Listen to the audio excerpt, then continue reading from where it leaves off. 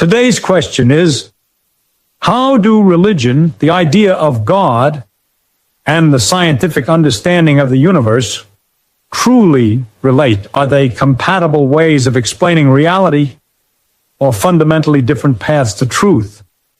People come up to me all the time. They corner me at universities, at conferences, even in diners. They say, Professor Feynman, you're a physicist. You've looked at the quantum world. You won the Nobel Prize for figuring out how light and electrons interact. You've looked deep into the mathematical machinery of the universe. So tell us, is there a God? Did somebody make all this? What is the absolute, final, ultimate truth of the universe? They want a neat little package. They want me to hand them a mathematical equation that either proves there is a grand, bearded man in the sky watching over them, or they want an equation that definitively proves there isn't, so they can feel very smart and superior. They want certainty. They are desperate for certainty. They want a warm blanket to wrap around their existential terror so they can sleep peacefully at night. Well, if you're looking for a warm blanket, then go away, because I don't have a warm blanket for you. What I have is a freezing cold, pitch black, infinitely vast expanse of a universe that is so bizarre, so completely alien to human common sense, and so magnificently indifferent to your personal neuroses that it will make your head spin. But if you have the courage to let go of your absolute certainty, if you're willing to stand on the edge of the abyss, look into the terrifying dark and say, I don't know, then stay. Because I promise you, the actual, observable, thrilling reality of our magnificent ignorance is 1 billion times more beautiful than any myth, any fairy tale, or any religious text human beings have ever invented.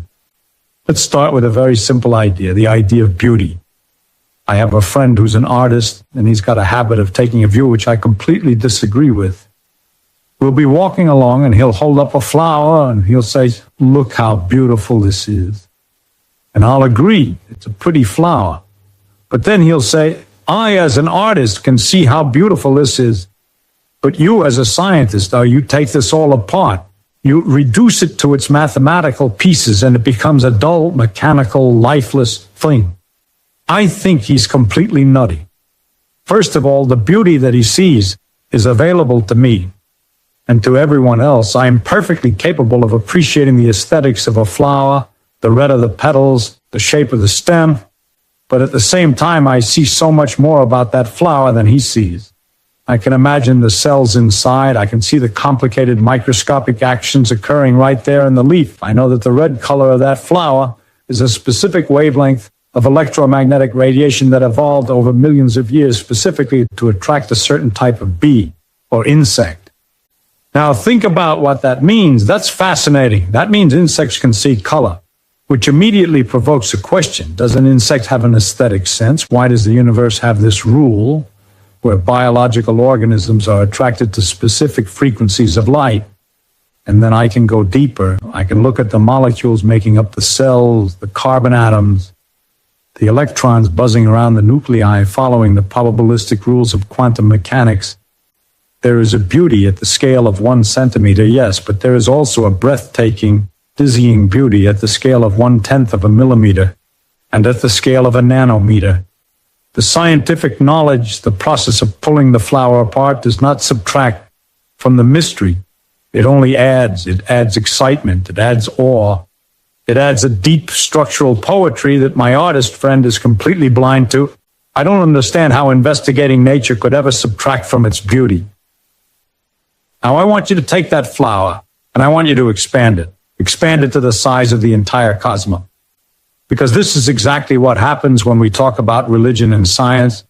The religious person looks at the universe, the stars, the earth, human consciousness, and says, look how beautiful it is. God made it. It's a miracle. Don't take it apart. Don't question it too deeply. You just read the holy book, accept the mystery, and leave it alone, or you'll ruin the divine magic. But the scientist looks at the universe and says, look how beautiful it is. Let's figure out how it works.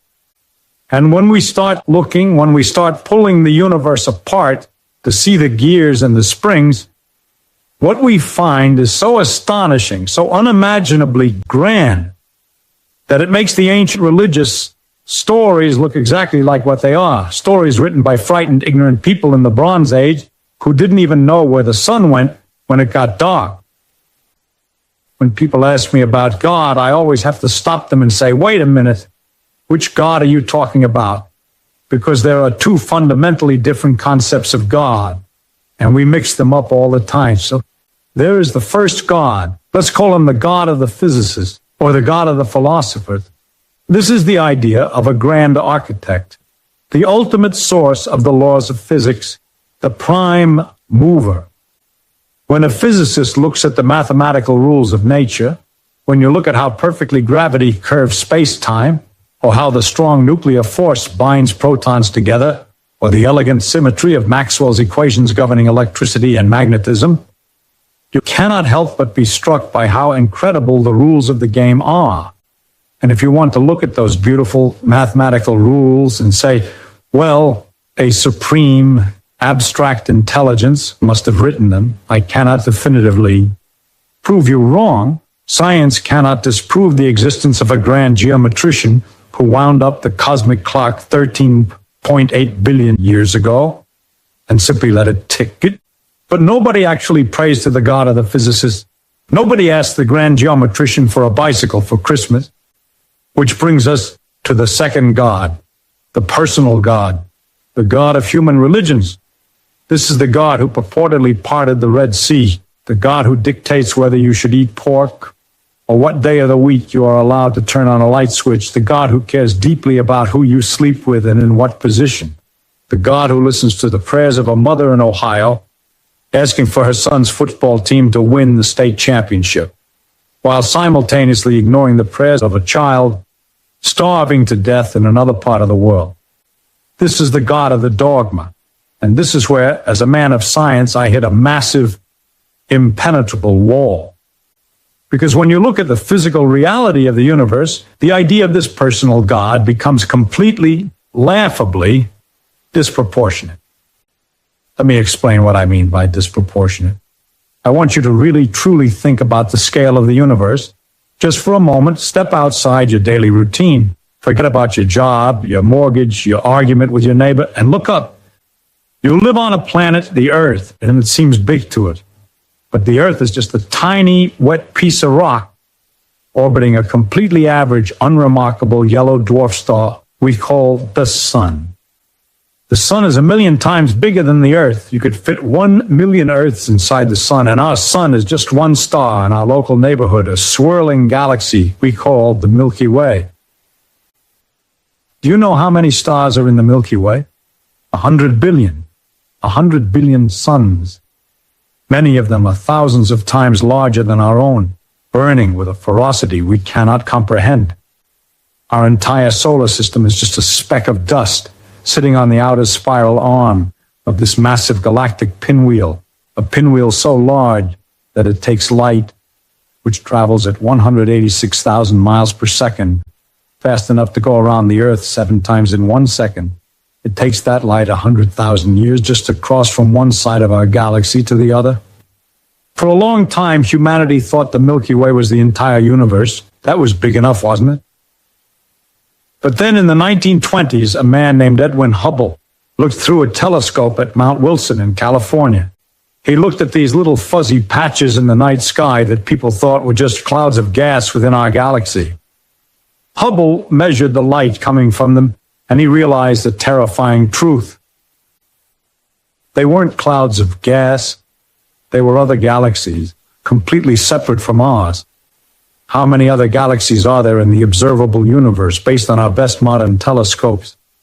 Peering into the deepest, darkest patches of space, we estimate there are roughly 2 trillion galaxies. 2 trillion galaxies, each containing hundreds of billions of stars, each star potentially hosting its own system of planets. We are talking about an expanse of space stretching 93 billion light years across. It is an ocean of cosmic fire and freezing vacuum so vast that the human brain biologically cannot process the numbers. The math just becomes a dull ache in your prefrontal cortex. And then there is the time. Oh, the sheer depth of time. The universe has been expanding for 13 13.8 billion years, for billions of years before the Earth even existed. Giant stars were born in massive nebulas. They burned violently for millions of years, collapsing under their own gravity and then exploding in magnificent, blinding supernovas. They forged the heavy elements in the universe, the carbon, the oxygen, the silicon, the iron, and scattered them across the dark void. This silent, violent ballet happened over and over and over again. Galaxies collided. Black holes swallowed whole star systems. The universe was boiling and expanding and evolving in the dark for 9 billion years before the cloud of dust that would become our solar system even began to coalesce. Now, take all of that, the 13.8 billion years, the 2 trillion galaxies, the trillions of exploding suns, the infinite freezing vacuum of space, and then look at the religious view of the universe. The religious view insists that the supreme architect of all of this, the entity that engineered the quasars, the black holes, the cosmic microwave background, the quantum fields, created all of that infinite vastness, waited 13.8 billion years just so we could watch a particular species of half-hairless bipedal primates on a tiny, insignificant grain of dust orbiting an average star to see if they would disobey him and eat a piece of fruit from a magical tree. And furthermore, that this cosmic architect is deeply, personally offended if you don't chop off a piece of your foreskin or if you say his name in the wrong tone of voice. Do you see the problem? The stage is simply too big for the drama. The proportions are completely wrong. It is like building a theater the size of the entire solar system with a stage that stretches from here to Jupiter, all to put on a one-act play about a single microscopic amoeba. The scale of the universe that modern astronomy and physics have revealed makes the anthropocentric religious stories look utterly parochial. They look exactly like what they are, local tribal myths, written by ancient human beings who didn't know what a galaxy was, who believed the Earth was a flat disk at the center of everything, and who modeled God after their own local tyrannical kings, a king who gets jealous, who gets angry, who demands praise, who needs blood sacrifices, and who takes sides in human land disputes. When you discover the real universe, the actual universe, the idea that the creator of all this staggering vastness is deeply concerned with the minutiae of human behavior is simply unbelievable. It's an insult to the universe. It's too small an idea for such a grand reality. But it's not just the physical scale that causes a friction between science and religion. There is a fundamental, structural, irreconcilable conflict in the very way these two systems operate. It's a hardware issue. It's an issue of epistemology, how we claim to arrive at the truth. Let's look at the mechanism of science. What is science? A lot of people think science is a big book of facts you have to memorize in high school. That's wrong. Science is not a body of facts. Science is a method. It is a very specific way of thinking, a way of interrogating nature. And the absolute beating heart of the scientific method, the most sacred principle we have, is doubt, uncertainty. In science, we say, I have an idea about how the world works. Let's design an experiment to test it. If the results of the experiment disagree with your idea is wrong. I don't care how beautiful your idea is. I don't care how smart you are, what your name is, or how many degrees you have. If your theory disagrees with the observable experiment, it is wrong, period. That is the ultimate rule. And because of this rule, a scientist must always leave the door open to doubt.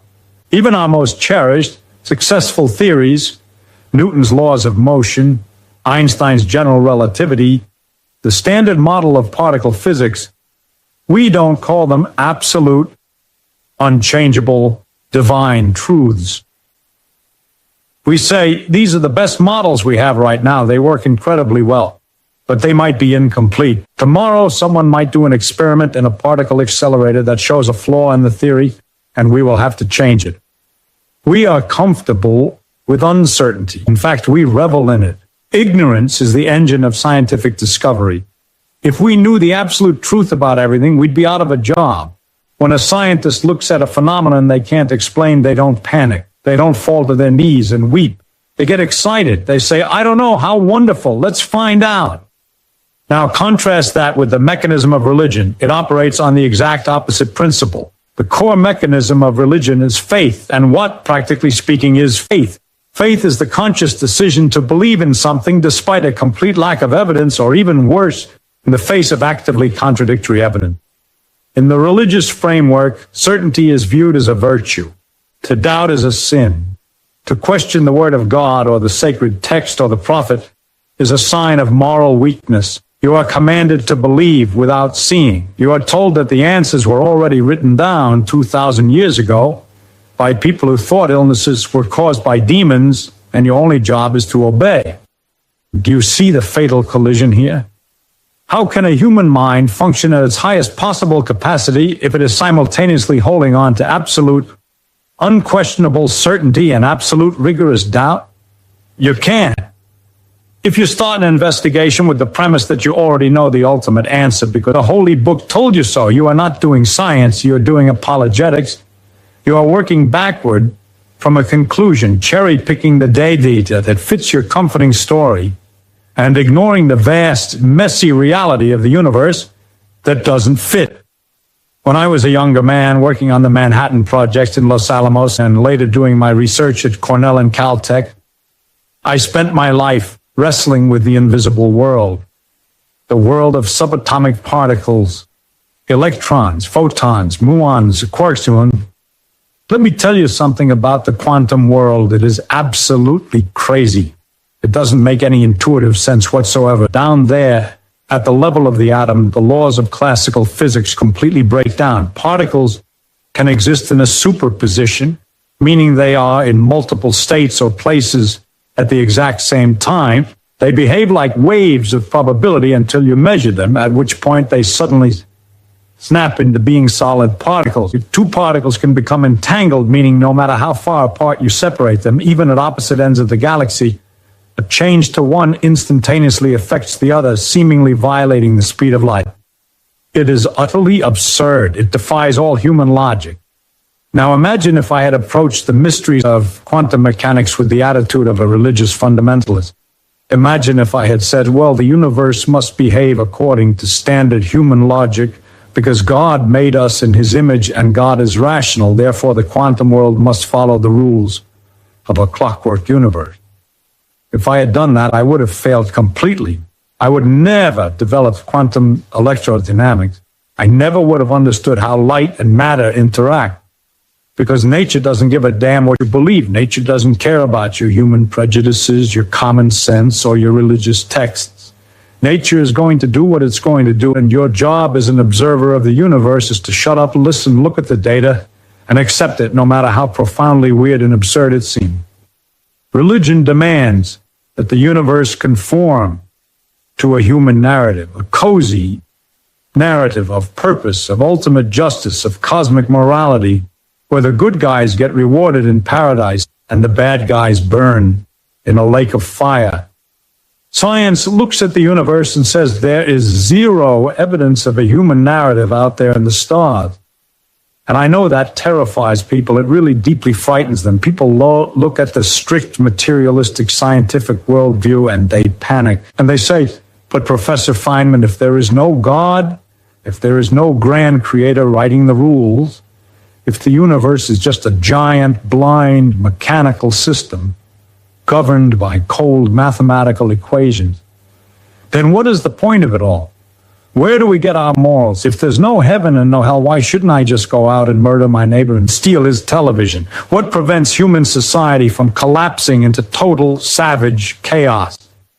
This is a very serious question, and it deserves a deeply serious answer. I think there is a profound historical confusion in our society between the factual claims of religion and the moral values of religion. In the Western world, our moral framework, ideas like love your neighbor, do unto others as you would have them do unto you, the concept of charity, the inherent value of the individual life, these ethical ideas were delivered to us historically inside a package, a wrapper of religious mythology. The wrapper included the burning bushes and the virgin birth, the resurrection from the dead, the miracles, and the threat of divine judgment. For centuries, people genuinely believed that you couldn't have the ethical contents without the mythological wrapper. They believed the morality and the magic trick were completely inseparable. If you throw away the belief that in a literal judging God, they argued you throw away the only reason to be a good person. But I think human beings are finally growing up. I think we are reaching a level of intellectual and emotional maturity where we can separate the ethical values of human brotherhood from the dogmatic facts of ancient theology. Think about it logically for just a minute. Do you really need the threat of eternal agonizing torture in a supernatural lake of fire to stop you from killing your neighbor? Do you really need the promise of a golden harp and a mansion in paradise to make you share your bread with a starving child?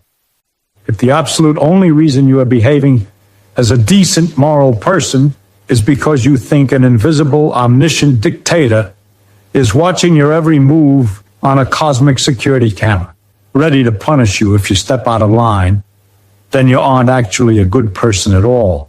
You're just a frightened, obedient subordinate trying to avoid a beating. That's not morality, that's extortion. True morality doesn't require the supernatural. True morality requires empathy. It requires the rational, observable recognition that we are all stuck on this tiny, fragile rock together, spinning through the freezing, hostile void of space. It comes from the realization that life is incredibly rare, incredibly fragile, and incredibly brief. Look at what science tells us about what we are. Religion says we are made of clay, breathed into by a magical spirit, and given a supernatural soul that exists completely outside the laws of physics. It says we are completely separate from the animals, separate from the earth, given dominion over nature by divine right. Science tells a different story, and frankly, the scientific story gives me far, far more reason to treat my fellow human beings with awe, reverence, and profound respect than the religious view ever did. Science tells us that you and I are literally physically made of stardust. Remember those giant stars I talked about earlier? The ones that burned for millions of years and exploded in supernovas. When they exploded, the extreme heat and pressure fused basic hydrogen and helium into the heavier elements. The iron in your blood that carries oxygen to your brain, the calcium in your teeth and your bones, the carbon that forms the structural backbone of your DNA. Every single atom of those heavy elements in your body was forged inside the nuclear furnace of a dying star billions of years ago. You are not separate from the universe. You are not an alien entity dropped onto this planet by an outside creator. You are a product of the universe. You are the universe. You are a way for the cosmos to know itself.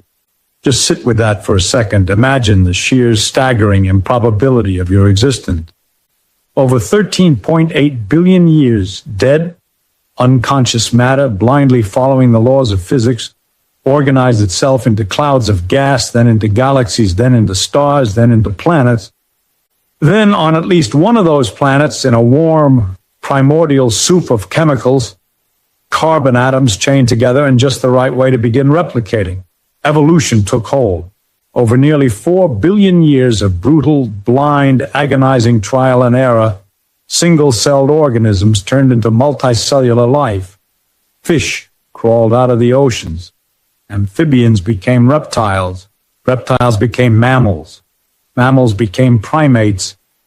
And finally, the atoms organized themselves into a structure so phenomenally complex, the human brain with its 86 billion neurons and trillions of synaptic connections, that the matter literally woke up.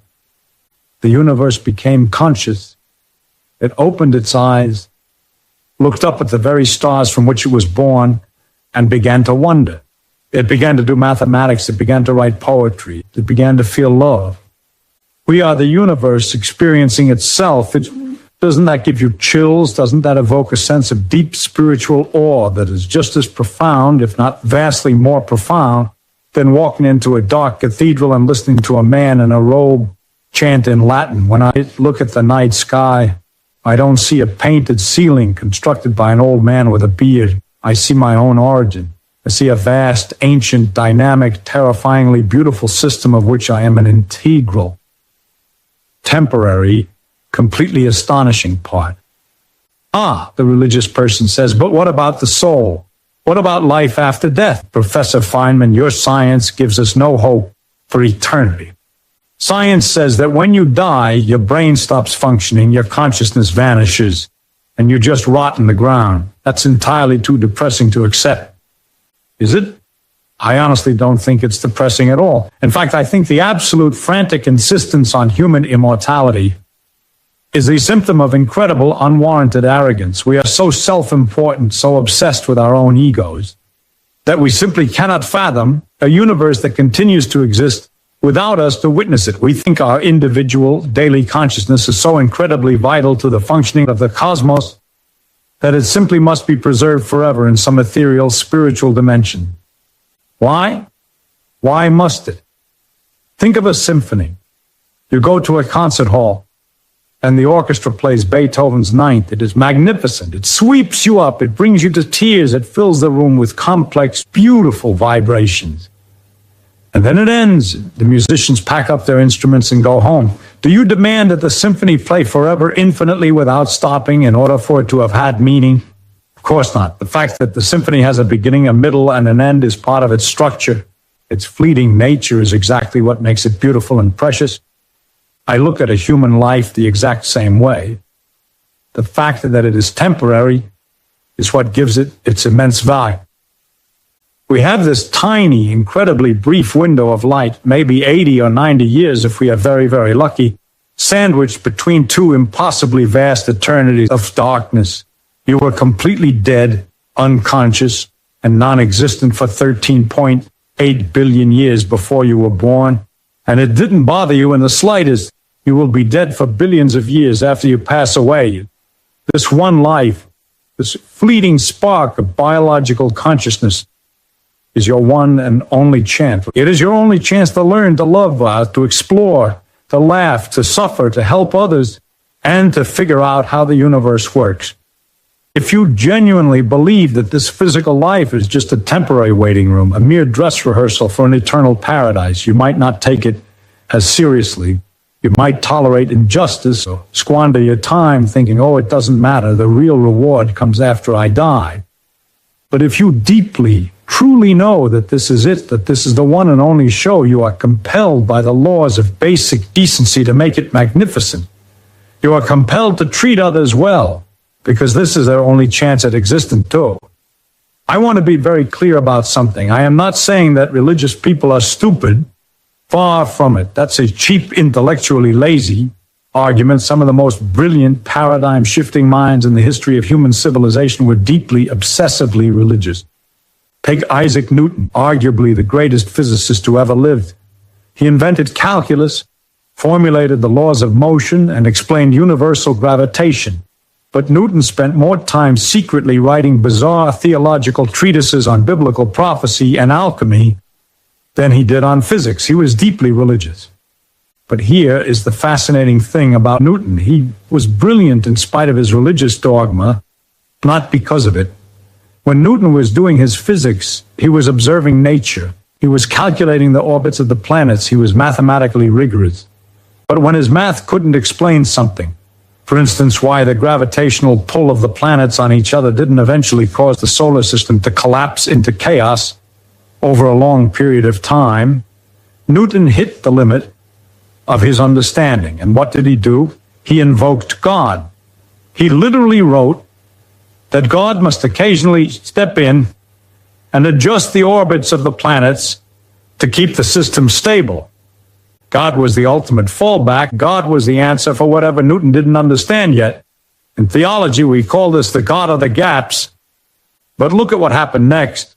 100 years later, the French mathematician Pierre-Simon Laplace comes along. He takes Newton's mathematics, refines them, develops perturbation theory, and proves mathematically that the solar system is inherently stable without needing any divine intervention. When Napoleon asked Laplace why he didn't mention God in his massive book on celestial mechanics, Laplace famously replied, "I had no need of that hypothesis. This is the inherent danger of the God of the gaps. As science progresses, the gaps get smaller. Thousands of years ago, we didn't know what caused lightning or thunder, so we invented Zeus throwing thunderbolts from Mount Olympus and Thor smashing his hammer in the clouds. It was an explanation that comforted us. But then we discovered electromagnetism, atmospheric pressure, and electrostatic discharge. Suddenly, Zeus and Thor were completely out of a job. They were retired to the realm of mythology.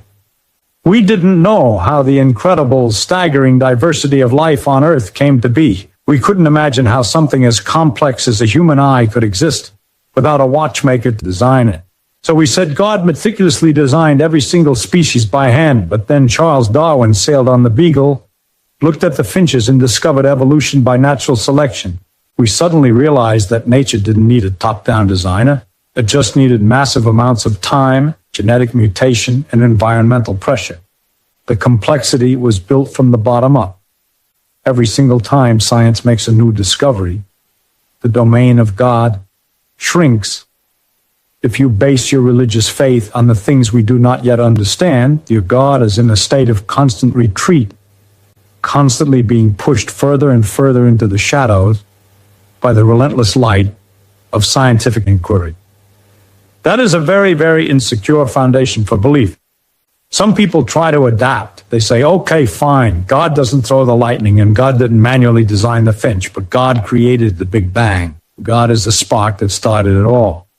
Maybe, but that is retreating to the very edge of the universe. It's putting God in the ultimate final gap, the origin of the cosmos itself. And while cosmologists and theoretic physicists haven't completely figured out the exact mechanism of the Big Bang yet, we are working on it. We are looking into quantum gravity, string theory, the multiverse. What happens when we close that gap too? Where does God go then? So where does that leave us as modern, rational human beings if we strip away the myths, the comforting stories, the eternal rewards, and the divine watchers? Are we just complex biological machines running on a wet computer made of meat, floating blindly in a universe devoid of absolute purpose? Maybe. And my question to you is, what if we are? Why is that so terrible? People ask me, Professor Feynman, if the universe has no grand design, no ultimate objective purpose given to it by a creator, then what is the meaning of life? Why go on? This is the great secret. This is the beautiful, liberating realization that comes with finally letting go of the ancient myths. The universe doesn't have an intrinsic objective meaning written in giant glowing letters across the sky. The universe just is. It exists. It follows its rules. It expands, it cools, it burns, it dies. Meaning is not something you find hidden under a rock or written in a cosmic scroll. Meaning is something you create. We, the conscious apes, are meaning-making machines. We give our lives meaning. We give it meaning through our relationships with others, through the children we raise, through the art we create, the music we compose, the kindness we show to strangers. And for me, at least, we give it meaning through the relentless, passionate pursuit of understanding how nature works. The universe doesn't care about us at all, but we care about each other. And that is enough. It has to be enough. I have a very, very different attitude toward the great questions of existence than the theologians do. The theologian is completely terrified of doubt. The theologian desperately needs an absolute answer, even if the answer is completely invented, because they cannot bear the psychological weight of not knowing. They want the safety net. But me, I can live with doubt. I can live with uncertainty. I can live with not knowing. I think it is vastly more interesting, vastly more exciting to live not knowing than to have answers which might be dead wrong. I have approximate answers and possible beliefs and different degrees of certainty about different things. I am fairly certain about quantum electrodynamics because the math matches the experiments to 10 decimal places. I am less certain about string theory, but I am not absolutely 100% sure of anything. And there are many, many things I don't know anything about at all, such as whether it even means anything to ask why we are here. The question why implies intent. How did we get here is a scientific question. Why are we here? Might just be a linguistic mistake, a relic of our human tendency to project intention onto a blind universe. I don't have to know an answer. I don't feel frightened by not knowing things, by being lost in a completely mysterious, mathematically savage universe without any clear purpose, which is the way it really, truly appears to be, as far as I can tell. It doesn't frighten me. In fact, it entirely liberates me. Think of the sheer, unadulterated arrogance of a religious system that claims to possess the absolute truth, to stand on a tiny, fragile speck of blue dust orbiting a boring star in the middle of a universe containing 2 trillion galaxies and spanning 93 billion light years, and to confidently say, I know exactly who created all of this, I know exactly what he wants me to eat on Thursday, and I know exactly what happens to my consciousness after the electrical activity in my brain stops.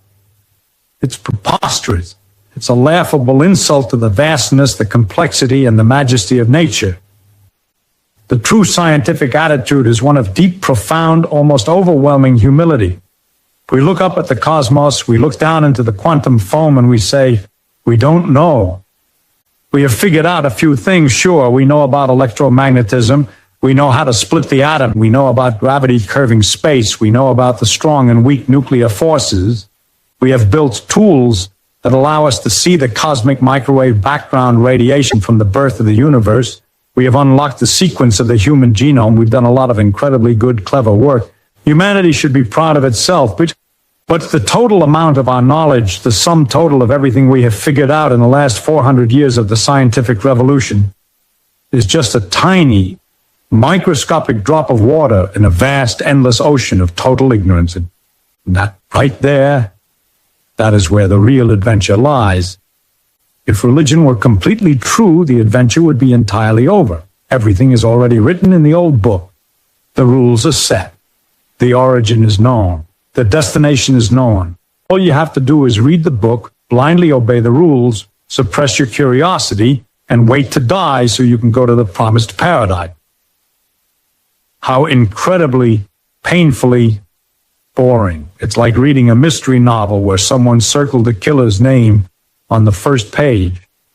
But because the universe is an open mystery, because there are still massive structural secrets hiding in the quantum foam, in the event horizons of black holes, and in the mysterious dark energy that is actively tearing the cosmos apart, the adventure is just beginning.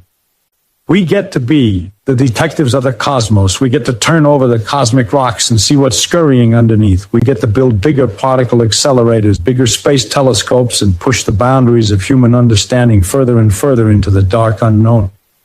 And you know what the most fascinating, beautifully frustrating part of it all is? Every single time we solve a mystery, the answer we find usually uncovers 3 more mysteries we never even knew existed. We figured out that galaxies are moving away from each other. Great. We solved it. The universe is expanding, probably from a big bang. But wait. Then in the 1990s, we looked closer. We measured the light from distant supernovas, and we realized the expansion isn't just happening. It is accelerating. The galaxies are flying apart faster and faster every single day.